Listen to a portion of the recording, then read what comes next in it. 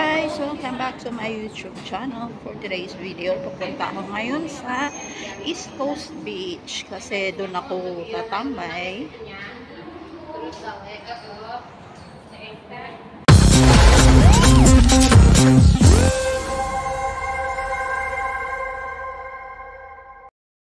So ito yung aking dinadaanan. Nasa ako ng tunnel.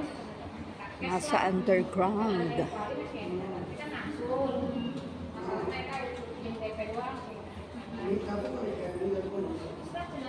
Dito madalas tambayan, nagja-jogging.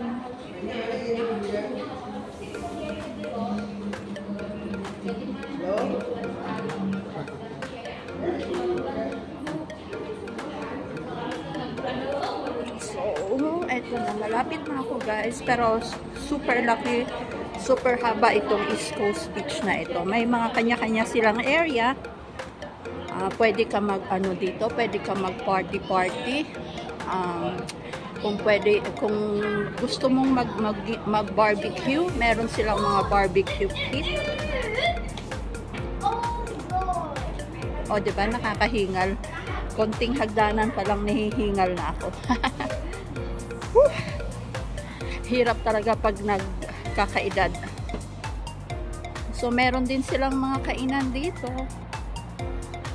Ayan, so meron silang forest keneme dyan.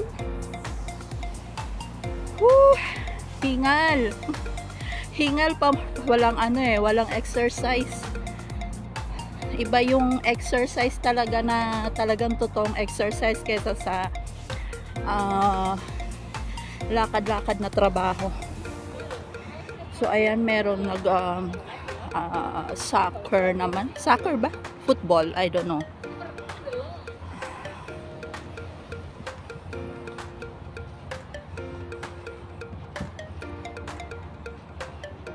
So meron din sila ditong part ng may space sila ng para sa mga aso. Ayan meron dog run. Ayan ang diba? Meron silang tag dito pag gustong pakawalan yung mga aso. Yan, meron silang space naman dito. Ayan, forest diyan.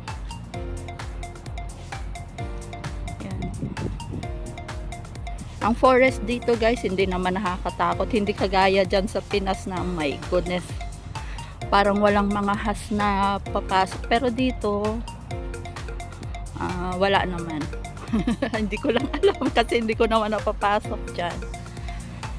So ayan, natatanaw na natin ang East Coast Beach. May part na pwede siyang liguan, may part na hindi. Kasi ito yata yung yung mga loading area or kung saan nagpa-parking yung mga yung mga big ship, mga cargo ship. So andito yung mga nagga-gathering. So maghahanap ako ng pwesto na tahimik kasi gusto kong kumanta. Since wala akong kasama today, so kayo na lang guys ang makakasama ko. So eto, naglalakad ako at naghahanap ng pwesto habang naka-tune in ako kay Sir Karay. Nasa tenga ko lang si Sir Karay. So ayan, dito pwede kang mag-bike, pwede mag-jogging. Sila ay nagpa-party na.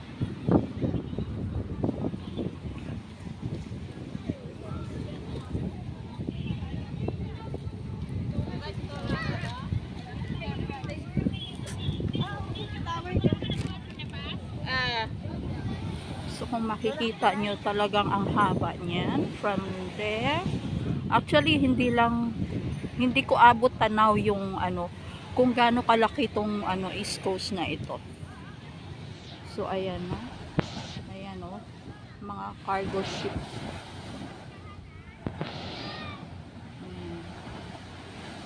kung gaano kalaki ang mga cargo ship na ano. So that means talagang as in super lalim nitong ano na to, karagatan na to. Mahaba ito guys hanggang doon. So ayan, hanap ako hanggang doon sa dulo kasi doon sa dulo ang tahimik. Dito kasi madami talagang nagagathering dito kasi ano, kumbaga ito yung bungad ng area sa anong area ba ako? Area C yata. Nakalimutan ko. Ito kasi yung malapit na area dito sa bahay namin, pero nakakalimutan. Kasi hindi naman ako talaga madalas napunta dito kasi nga malapit sa bahay. So, di ba? Nakaka-boring naman yung ano. So, ayan. Dito tayo sa hampas ng alon kasi nakaka-relax pakinggan. O, ditong area na to, walang naliligo. Pero pagdating doon, ayan, madami na naliligo ng mga bata. So dito hindi pwedeng kumanta kasi nga yung ingay.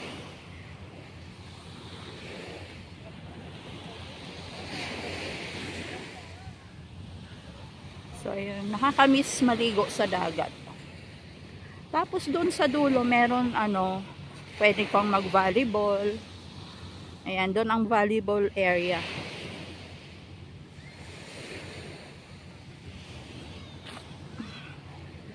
Busog ako guys kasi kakakain ko lang. So maglakad-lakad ako para bumaba ang kinain.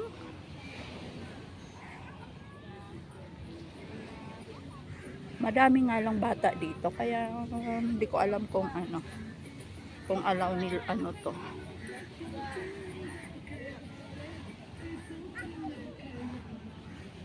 So lihis ako ng daan kasi madaming bata. So ayun, may party sila doon na all may party. Hindi na kasi ako mahilig sa mga ganito guys. Dati ano, as in mahilig talaga ako. Madami akong mga kabarkada no, madaming mga tropa. Hanggang sa isa na lang yung natira. Mahabang kwento. So alam niyo naman ang style ng ano, mga friendship, pakikipagkaibigan. So na-realize ko bandang huli na mas maganda na lang na yung sarili ko na lang yung pagkakatiwalaan ko. 'Di ba? Malalim na hugot 'yan pero mahabang kwento. So yun lang yung pinaka buod. Buod ang lalim no. Pinakabuod. Basta okay na lang sa akin yung ako na lang mag-isa. Noon, every Sunday, umuwi ako ng lasing. Pati paninigarilyo, natutunan ko ng dahil sa mga kaibigan. Pero, awa ng Diyos na nagbago na. So, syempre, medyo hindi na tayo bumabata. Magkakaedad na din tayo. So, ayun, na-realize ko na tama na yung happy-happy. It's time naman para harapin ang sarili. Ayan, napakwento na ako. So, hanggang dito na lang, guys. So, ayan, may ano sila dito. May tower sila dito na tinatawag na dati, super ganda nitong tower na to, guys. But since na meron aksidente na nangyari dyan na may patay ata. So ewan ko, basta yun lang yung aksidente nila. So ngayon parang inano na nila, inalis na nila yung pinaka tore ba tawag doon, na medyo may bahay-bahay dyan sa taas. So, pwede kang umakyat dyan para mag-overview, mag-overlooking. Wow! So, hanggang dito na lang ako, guys. Kasi hinihingal na talaga. Hinihingal na talaga ako. Ayan, o. See? Ganda nilang ano nila. May party-party sila. Ayan na nga, may music na guys. Thank you for watching. Have a good day.